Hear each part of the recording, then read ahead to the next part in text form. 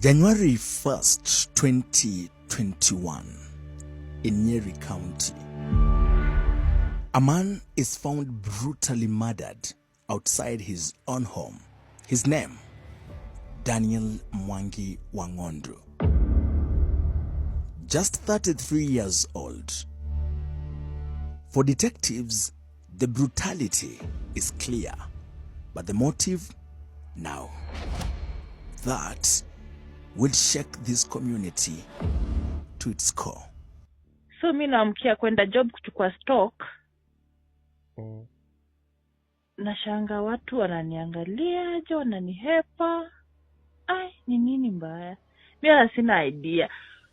So mi napigiwa simu na one of my friends anaitwa Tabitha Omuiga. Ananiambia, "Hi Dafri, uko aje?" Uko job, niko job of course. Nasikia mwongea alichapwa club. We, nasikia alichapwa vibaya. Mimi nikatense, juu najuanga yeye ni wa vita. So mimi nikashindwa. Okay, alichapwa wapi? Canopy ama tent? Nasikia yuko poa. Ati ameenda kwa gate ya kwako amelemewa. So mimi niko zile za maybe alimix beer. Na si mara ya kwanza alikuwa analemewa kwa gate, mimi naenda nachukua gari na ipark na mwambia atoke sasa polepole tunaenda kwa nyumba. So sikuona ikiwa issue big, but amechapwa. Nikakimbia mbio kwa tent kwa club ya Ben kwenda kujua kuliendaje, ndio ni rush kwenda kwa home nijue kama nitampeleka hosi ama. Daniel had been ambushed as he came home at dawn. He didn't stand a chance.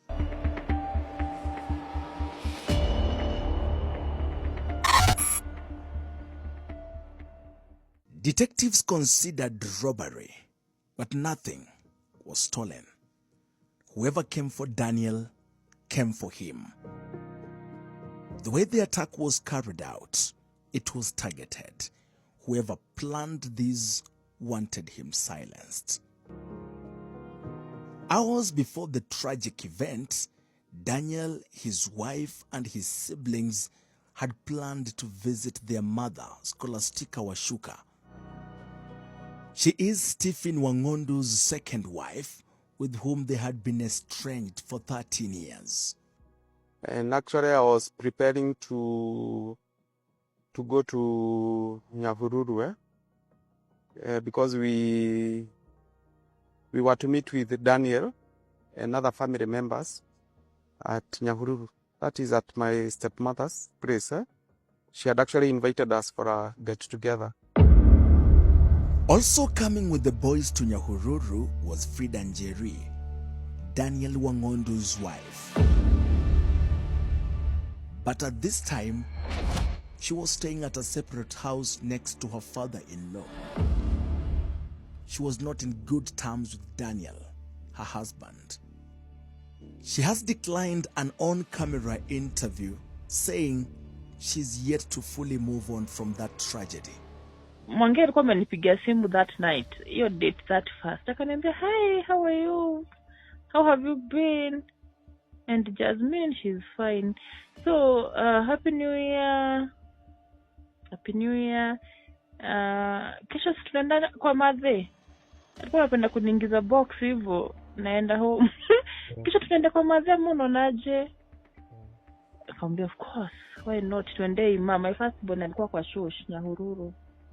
So akaniambia, "Happy New Year na usleep mapema, kesho tunaenda Nyahururu." That statement and the previous one tells you that Daniel was arguably a violent man. He had his tempers and unique grandiosity. He was in charge, whether at a club or a function. Going to enter the car, actually to drive to Muiga, and then I proceed to Nyahururu, is when I received a phone call from my dad. So, of course, the way he called me, I knew something was amiss from the tone of his voice. So he told me that, "Elijah, I would want you to come to Mwangi's place." Now, my brother, Daniel Mwangi, urgently come. There is something that has happened that is not right. So I wouldn't really tell what it was. So I just drove. In fact, I did not take my family with me. So I actually left them and drove to Wediga. That's where my late brother had been given a parcel of land by my father, and that's where he had settled. So I went, I drove all the way to my late brother's home. And so I went as usual, very fast. Then, of course, as I was approaching his home, is where I met a crowd of people. And then I knew something must be amiss. And of course, when I went, I was received by my father. He was with a few neighbors there. Is when they told me on what had happened. So I also went and just saw my late brother, of course, lying down, of course, dead, because he had also been covered with a blanket and, of course, blood. So meaning that he had just been, he had been killed. So I was very shocked. So I remember that really disturbed me, and the first person I thought of calling is actually my sister, but I was not really able to break the news to her immediately. So it was very sad and very shocking. Yeah. So that's how that's how I came to know that my brother actually had been killed. He had deep cuts on the face, blood was there, just as the gate. And of course, I also found his vehicle had been parked. So from what I gathered is that he was actually trying to open the gate to his home. As investigators dug deeper into his killing, they began piecing together a disturbing chain of events. Phone records, witness accounts, a driver with suspicious movements, and whispers of a family feud boiling over.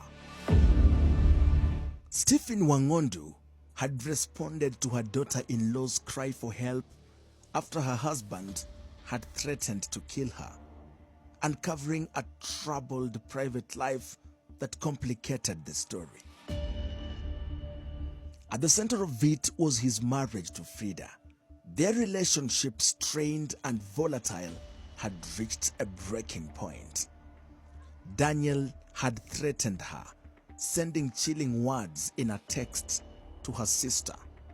If Frida doesn't move out, one of us will die. It was a message that revealed just how toxic their home had become. Tulikuwa tuna ile tu domestic violence ya kawaida. So nikaona Mwangi juu alikuanga wa hasira. Nikaona tu nimpeka break. Alikuanga tu na tu hasira kidogo, kesho morning ako sawa. So mimi juu niko na baby ka small, that time Jasmine was 1.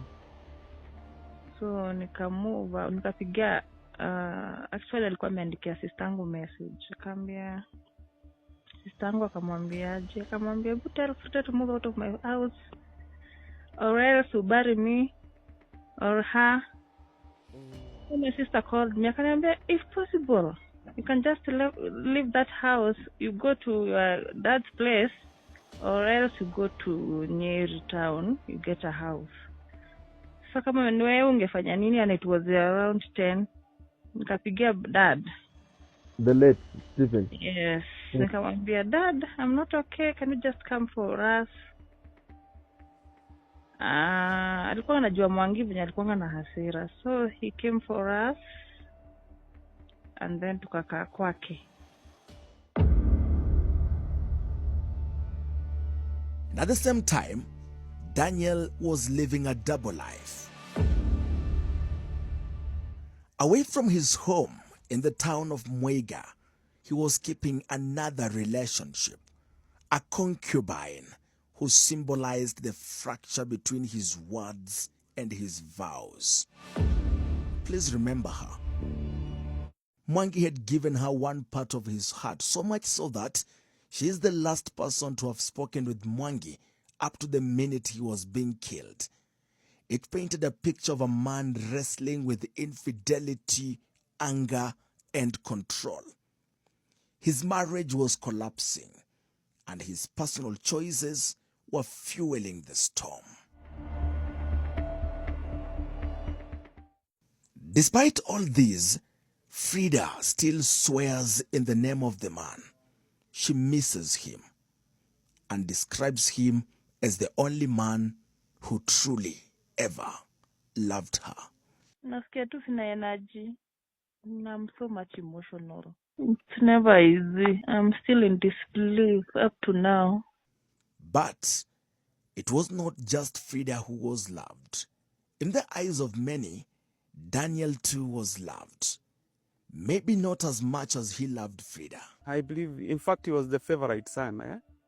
He had been given even a place to settle his family. Unlike the others of the sons, we actually looked for our own places to settle. Him being the last born, they stayed with my father. He was loved. In fact, we used to feel like he's getting more favors than we are. Yeah, he was assisting him in learning his businesses and all that. Yeah.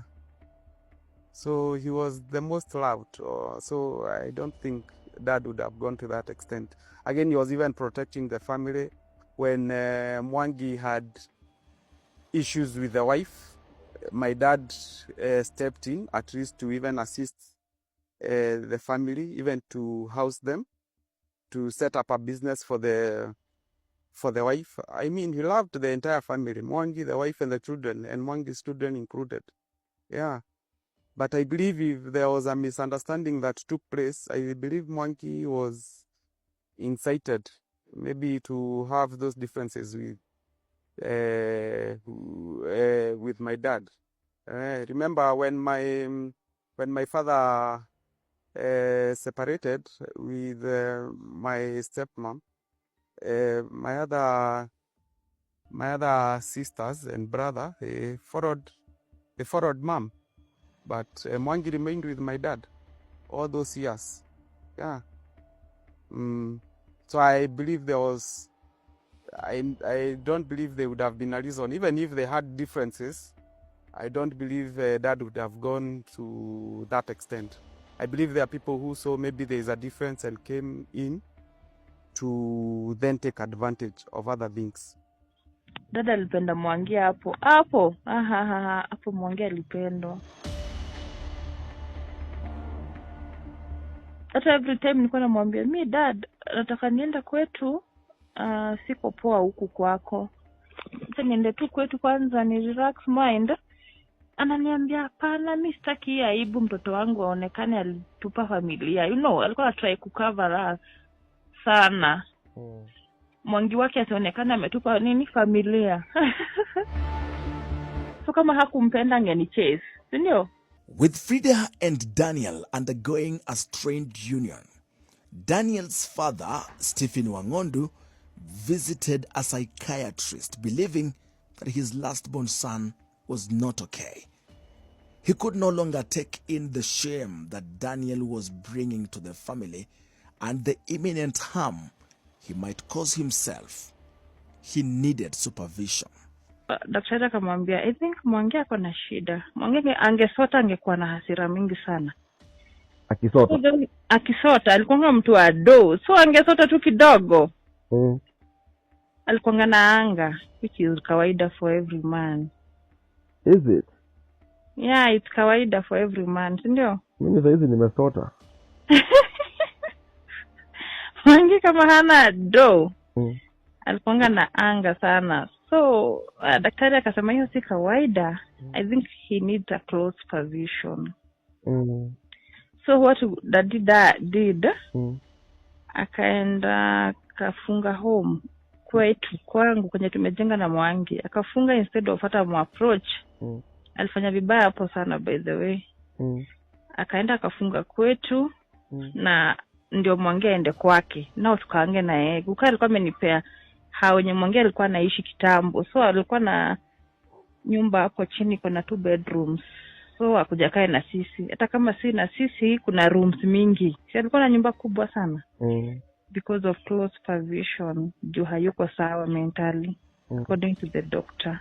It was then that Daniel Wang'ondo stormed into a petrol station in Mwega, where his father was present, and attacked him brutally. So Mwangi was angry. Akajam, why? Mbona ufungia kwangu? I'm no longer a kid. So that's why akamchapa. So wanasemanga ati juu yangu, mimi nashindwa juu yangu aje. So because how ilikuwa imefungwa hivyo tu, nothing more. Sasa sikumbuki kuliendaje, but Mwangi hakuwa kuja kwetu. Azini kwenye mzee alikuwa. Kwa kuja kwa mzae. So sisi tukabaki tu kwa babu until I cool down. There was a push and pull for Mzee and Mwangi, because Mwangi claims that Mzee had many wives. According to him, that is what Mwangi told me. The day he was trying to beat up Mzee, he told me that Mwangi, Mzee had many wives. That is why he was not happy with Mzee. He told me that Mzee was trying to take away the farm that he had given him. He told me that Mzee was assisting the wife and had taken the wife. That is what he told me. And he told me that he was ready to kill Mzee. He himself told me that. And his uncle was there, the brother to the mother, and was trying to tell him, no, don't do that, and don't talk or anything like that. Mwangi used to take some beers. One of his friends told me that even after taking beers, he would take some cookies, drugged cookies. That is why he had acted in such a way. The beating left the elder Wang'ondo frail and shaken, forcing him to make a desperate call to his eldest son, Elijah. No, na chip ne akwa. It's true. Iti gokore. And go for it. Mwangi na kinyere kuoni. He just had food. Mogo do you know ake. Na diagio nego set food on it. Na keo did kwenda confrontation nire. Ni kwa bago kirogo. They very wounded at the heart. Yes. You do a piece of your neck. You do that do a mateo. And as they had it, don't know to where I need a get up. So don't you argue to it. That was where as a matter of information. Yes. Just in case. Go give you work. Na mwagine tare moguru. Na niko mashia kweke otodo na komare. Ikigaga kumenya ido amugo. Da kwero gu as my other son. Yes. Na niwo wali no good go advisor just in case. Eto tokere mokoro. Niko. Nikio da kwera maudu machio. Leo ni neginye twego tukafeta kuna mwana kioshio. Abere ni odo amauda machio. Na I'm sorry Nina that ajazia. Na ni makiaregia. Mali zato alia na kiomoze. Bere akwariye. Ezo did this for me.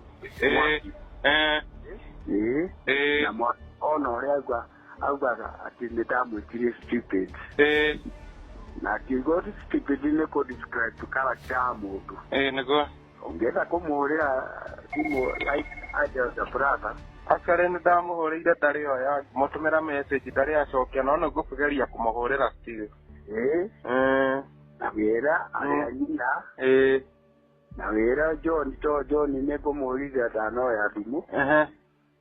Leo mwagire. I can amount the matari mega. Niko. Either he is mentally sick. Leo the excuse. Kugagira gwane mororu atwa digitari. It's true. Ne maudu mariareka. Na ndagietererwo ageka maudu macio akorete ige tugeka uguo nigetha tumenye ni murwaru. tondũ ciĩko iria yakana nĩ kĩra arata ake rĩ itiramũteithia na makamũtara ũrĩa kwagĩrĩire but still ndaragũagũa ũrĩ mwana wakwa irigithathi nĩguo na ũrĩ menta wa andũ acio angĩ nĩma nĩguo agũthikĩrĩria kana ikare nĩũkũingĩra kana akwĩra atĩa nĩguo tondũ ĩyo nĩyo position as the thing stands now Mwangi nĩ ndĩmũrumĩte ũguo anjĩkĩte mbere ya andũ na agathiĩ na mbere he is no longer ndangĩtwo akwa kana time place ciakwa. And it is that red line that had ostensibly announced the final battle between Wang'ondu Sr. and his last-born son, Daniel Wang'ondu. Court records would later show he then tasked his driver, James Mahinda, to bring Daniel back to his senses. So Stephen Wang'ondu hired or engaged James Mahinda and told him, I need you to get me 2 able persons to teach my son a lesson. That's the exact wording of what is in the court file. So Mahinda traveled to Embu, got into contact with a friend of his known as Geoffrey Warutumo. That Warutumo owned a shop in Embu and was a friend to James Mahinda. Warutumo says James asked from him men who could work in a quarry crushing stones. Warutumo introduced Mahinda to a gentleman known as Eddie Kariuki. Eddie Kariuki then called my client, Raphael Wachira, and the instructions were given that you need to go to Nyeri and you need to teach this particular person a lesson. Eddie Kariuki and Raphael Wachira say they were given 1,000 Kenya shillings as lunch money. After taking lunch, they were driven around Nyeri looking for their target. It was then that James Mahinda pointed at Daniel Wang'ondu, telling the duo that he was their target. He also showed them the maroon Volkswagen that he would probably be driving. The vehicle was registered as KAR 303P. Mahinda then took them to a hardware where he bought them metallic rods, a knife, and gloves to discipline Daniel. He then drove them to the driveway at his home and left them lying in wait at 6 p.m. the previous day. They say it was about 2:30 a.m. when they saw lights approach. Daniel Wang'ondu left. He had a pub in Muiga, so he left and went home and was on phone with his girlfriend. Can't remember the name. So he spoke to her to a point when he got to the gate and he told her, let me open the gate. And as soon as he went back to the car, the lady says that the last she heard of his boyfriend was screams and shouts for help. And the phone call lasted about 2 minutes before it got hung up. The person Advocate Ndishu is talking about is the same girlfriend that I told you to take note of.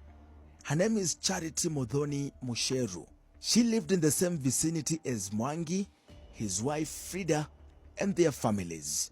She told the court she was on call with Daniel, but she did not visit the scene or attend the burial. She told the tense courtroom that Daniel's wife, Frida Njeri, had threatened not to see her face anywhere. So according to my client, in the confession or in the plea bargain that he entered into, he indicated that they waylaid him at around 1 a.m. on 1st of January 2021.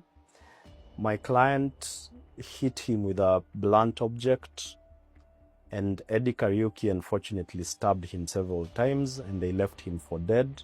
They then left there, went and threw away the murder weapons in a nearby river. And they all relocated to different places and were later arrested by the police. To understand the case, detectives had to look at the man at the center of it all, Stephen Wang'ondu, Daniel Mwangi's father. To the outside world, He lived like a king behind his gates.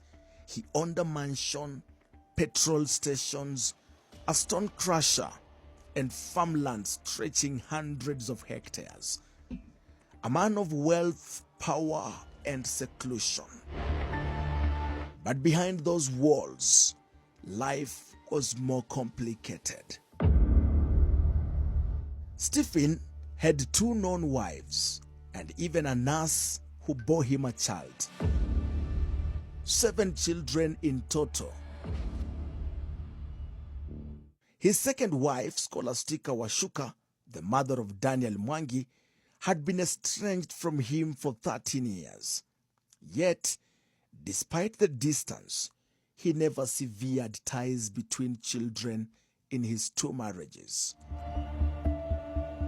However, it is this second family that his advocate, Mahugu Mbarire, has told the court in a hotly contested succession cause that Stephen wanted to disinherit.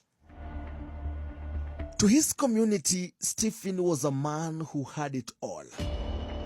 But those who lived under his shadow knew his household was divided. Seclusion defined his life. His wealth kept everything stitched together, but not without strain. What no one saw then was that the cracks inside his kingdom would soon shatter in the most unimaginable of ways. When Daniel was killed, police came for Stephen Wangondo, arresting the man sometime in February 2021, a month after the brutal murder. I was at home. Then my brother David Moria, he's the one who follows me. He called me on the 20th of February 2021. Then he told me Dad has been arrested. So to be sincere, I didn't even know he's been arrested in connections with Daniel's death. To be very sincere. But now David told me that Dad has been arrested, but in the morning there was a word going around that he will be arrested due to Daniel's death. In fact, not even in the morning, the previous day. And why he would be arrested is in connections to Daniel's death. And the person who was spreading the word was my sister-in-law. That's the wife to Mwangi. So that is what, in fact, I came to know that story from David, my brother, on that day. He's the one who told me, but Dad was okay. I mean, he was not even fearing that arrest. So, and that's why I always doubt that my father would have been involved in the death of my brother, because actually, naturally, I think he would have maybe tried to hide or something. And we were free with him, maybe he would have even told me. So it caught me by surprise. If he did it through impunity, I would have expected him to use the wealth to block the justice. He would have been smart enough to use his monies to say, now, how much do you need for this? That is what happens. And that is something he didn't do. Because probably, being innocent, he thought that things were running smoothly. And until when he was able to get grounded, because if he was able to be there now, he would have been giving his side of the story, which we were waiting for. In due course, police would arraign Stephen Wangondo Kinini, James Mahinda Mwangi, Eddie Kariuki Ngari, Raphael Washira Kariuki, and Geoffrey Warutumo Waturi to stand trial for the murder of Daniel Mwangi Wangondo. On the 12th of April, the High Court at Nyeri released the accused on bail. But here, at two disturbing occurrences. Stephen Wang'ondu Kinini was released on bond. That bond was in form of a parcel of land belonging to Paul Kuria Mwaura. But it was interesting to learn that a lawyer had started a WhatsApp group and began collecting hundreds of thousands from family and friends to ostensibly pay cash bail for Stephen Wang'ondu. To this date and time, no one knows where those monies went. The other thing was Stephen himself.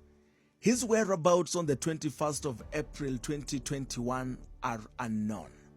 The Nyeri Maximum Prison in Kingongo says he was taken for treatment.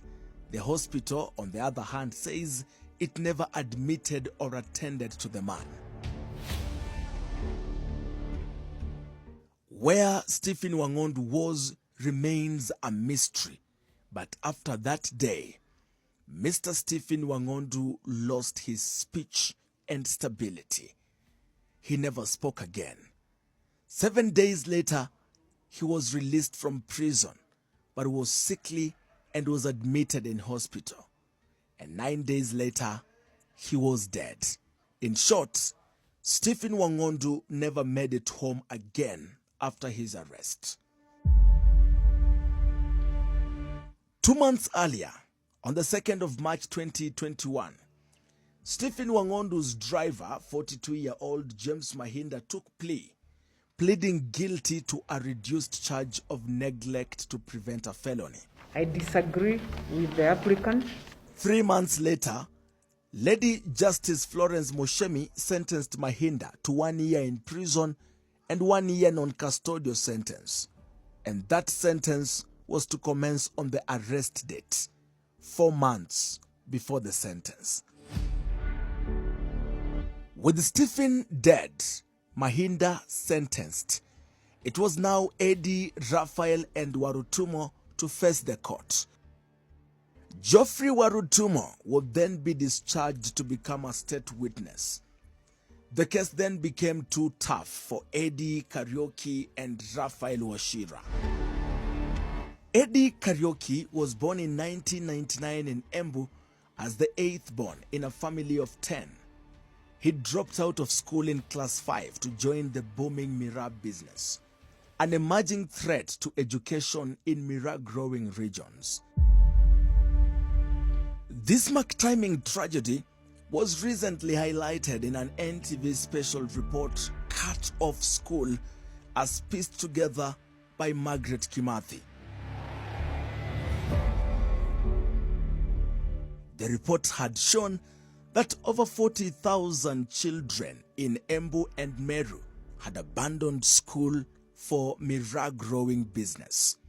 And one of them, it would appear, is Eddie Kariuki. Eddie says he was promised a job in a quarry by Mahinda where they would be paid 30,000 per week. Quite a job, that one. Then Mahinda changed the job to the murder of Daniel Mwangi Wang'ondu. For Raphael Washira, he was born in 1987 as the firstborn of 3 children. He dropped off school in class 7. The man from Ngarweri in Iriatune still denied committing the crime. He says he was framed because of his close association to Eddie Kariuki. Upon being convinced, the duo agreed to a plea bargain, pleading guilty to the crime in exchange of a lenient sentence. I hope you follow that by now, of the 5 accused persons, Stephen Wang'ondu is dead. James Mahinda has pleaded guilty 2 years ago and has been sentenced. Geoffrey Warutumo has been discharged as an accused person and is now a state witness. Eddie Kariuki and Raphael Washira, the 2 remaining accused persons, have now agreed to a plea bargain. and pleaded guilty to the crime.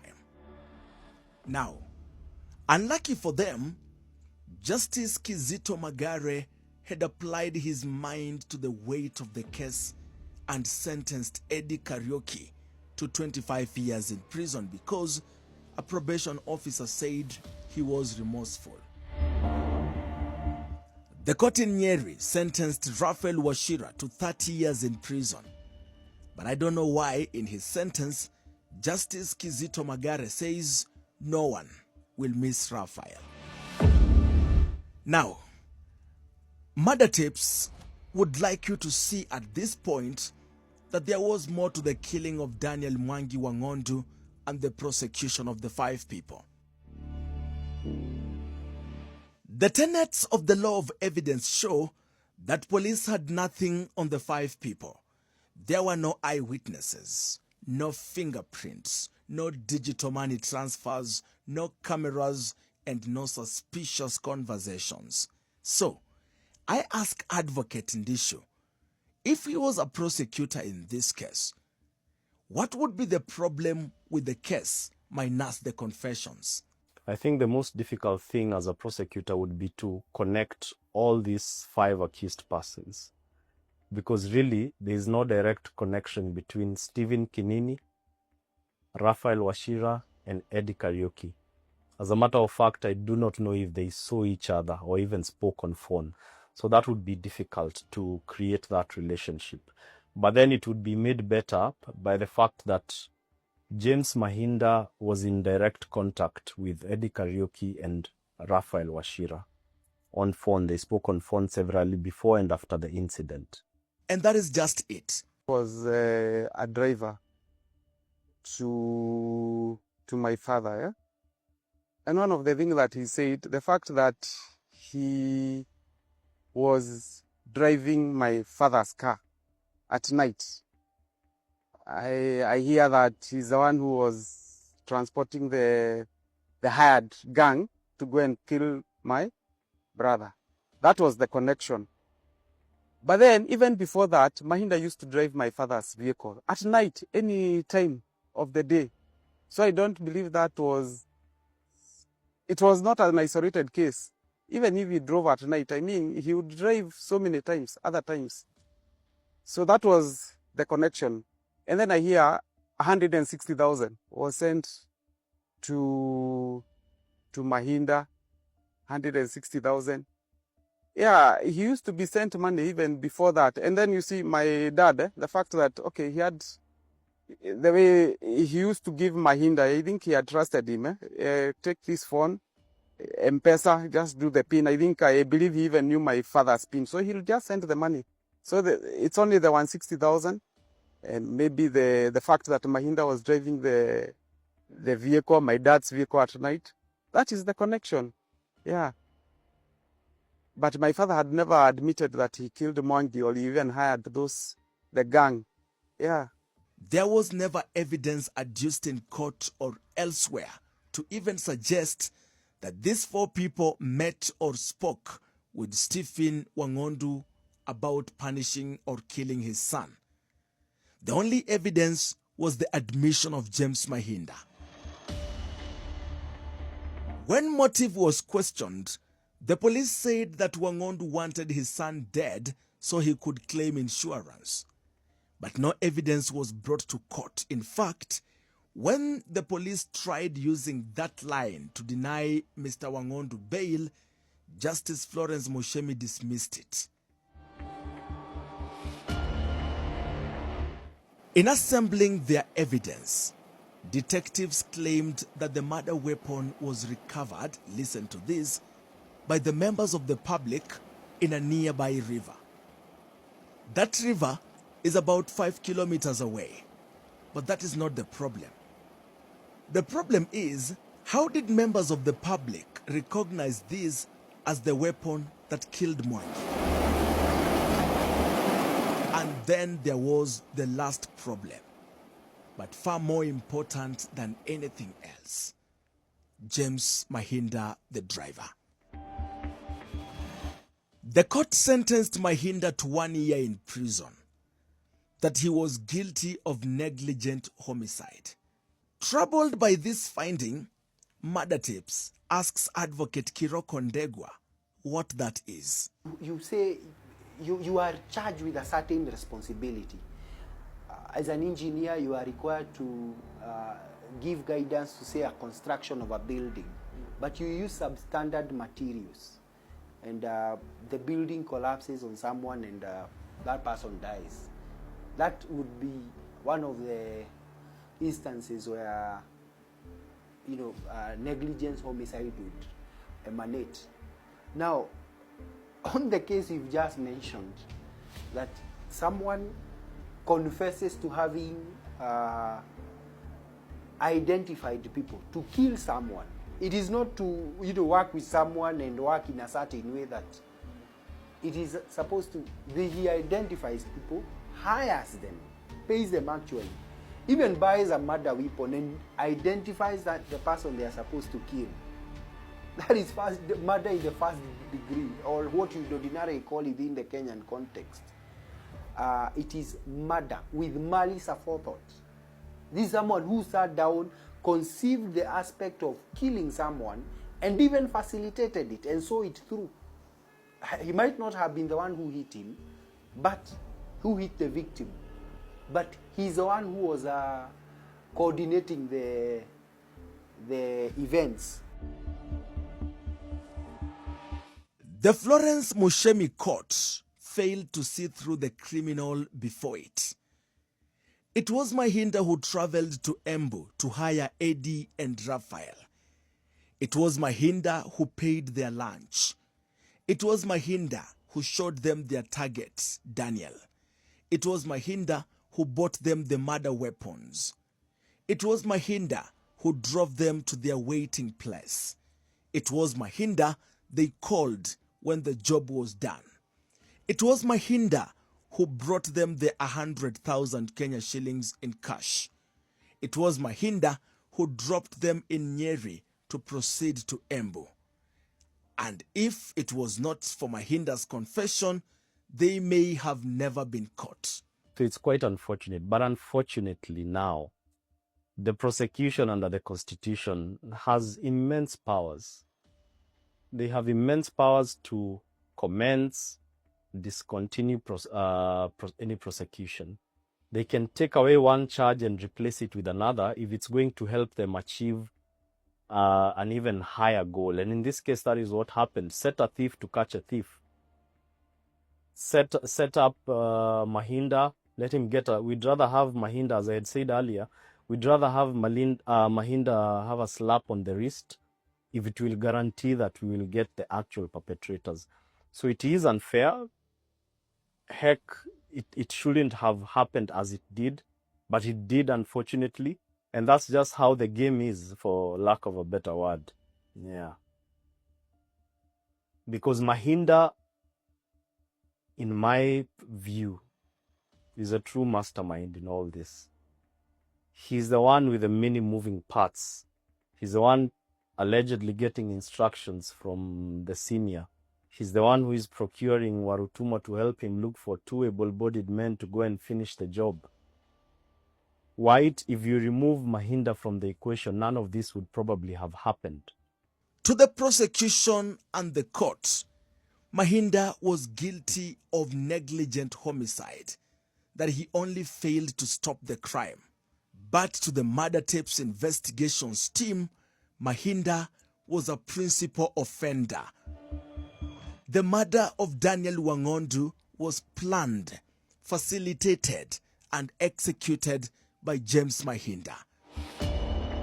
To sentence him to 1 year in prison was not just an insult to the family of the late Mwangi, it is a threat to the rule of law. James Mahinda is now free and walking among the family members of Mwangi, a son whose murder he planned with precision. Yet nothing can ever take away the pain of the family and the stain of public opinion. Without these 2 state witnesses, these 2 former accused turned state witnesses, Raphael and Eddie would probably have a different outcome today. Media will feed into whatever conversations are going on out there, because people will not talk about the hard facts and the hard evidence. They will want to talk about the juicy part of the story, that there's a wife involved here. He went back to his father-in-law's house, so he must have been snatched. There was an insurance policy involved. This fellow went and claimed the insurance policy weeks after his son died. So that's juicy, and I think that is what sells. That kind of news sells. But I think what you can do as media, in my view, is maybe ask the courts to give you a media summary of exactly what happened, so that you're feeding from the judiciary, who actually have the file in question, the file that has all the facts and all the evidence, so as to avoid misreporting. In this case, police told the media Daniel was killed for insurance money. They said his father wanted to inherit his wife. But in court, not a shred of evidence proved those claims at any stage of the prosecution. And yet, those words never faded. They became headlines. They shaped public opinion, and they left a family carrying a stain they could not wash away, even after Stephen Wangondu died in custody. This case leaves behind more than a murder. It forces us to ask hard questions. When police float theories without evidence, and the press amplifies them, who is really on trial? And what happens when truth is blurred with speculation? When police feed rumors into the media without proof, reputations are destroyed before facts are ever tested. In the court of public opinion, suspicion can be as damning as guilt. For Daniel, for Stephen, and for their family, the story will always be shadowed by what was said, not by what was proven. On the next episode of Murder Tape, Stephen Wangondu is dead, and his multi-million shilling property is now the fight in a Nyeri court. It's not just his signature that is in dispute, but a lot more. I am Brian Obuya. Good evening.